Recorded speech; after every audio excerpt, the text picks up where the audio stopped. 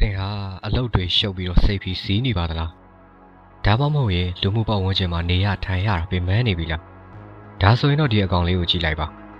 သူ့နာမည်ကတော့ကဘာဘာရာပါသူ့ဘေးမှာဘလို့အန်ဒီရဲပဲရှိ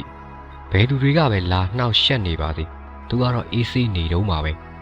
ကဘာအေးဆုံးတတော်ဝါလို့တင်စားခံရတဲ့ဒီအကောင်ကြီးတွေက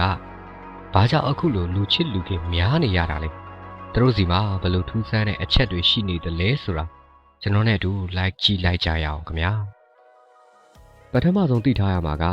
ကဘာဘာရာဆိုတာကဘာအကြီးဆုံးကြွက်မျိုးနွယ်ဖြစ်ပါတယ်ကျွန်တော်တို့အိမ်မှာမြင်နေရတဲ့ကြွက်လေးတွေနဲ့မျိုးနွယ်တူပေမဲ့သူတို့ကတော့ဝက်တကောင်လောက်အထိကြီးမားနိုင်ပါတယ်သူတို့ရဲ့ဇာတိမြေကတော့တောင်အမေရိကတိုက်ရဲ့အပူပိုင်းစိတ်မြေတွေနဲ့မြေကမ်းနားတွေပဲဖြစ်ပါတယ်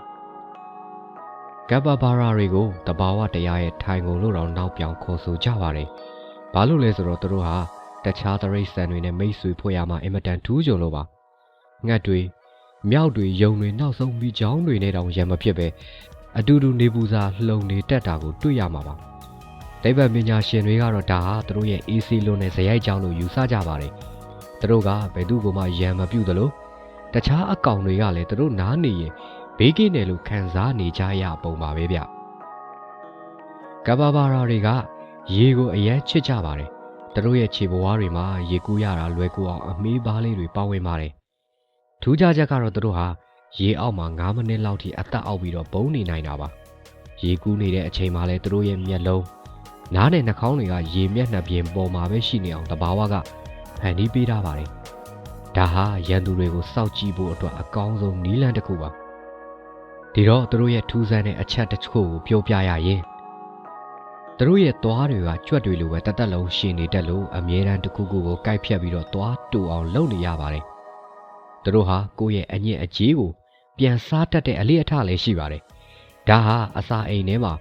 ဘက်တီးရီးယားတွေကိုထိန်းညှိဖို့နဲ့အာဟာရပြန်ရဖို့အတွက်ပါပဲဖြစ်ပါတယ်နည်းနည်းတော့ယုံစရာကောင်းပေမဲ့သူတို့အတွက်တော့အရင်အရေးကြီးပါတယ်ဒီနေ့ခေတ်မှာကျွန်တော်တို့အားလုံးကပြေးလွှားနေကြရတာပါ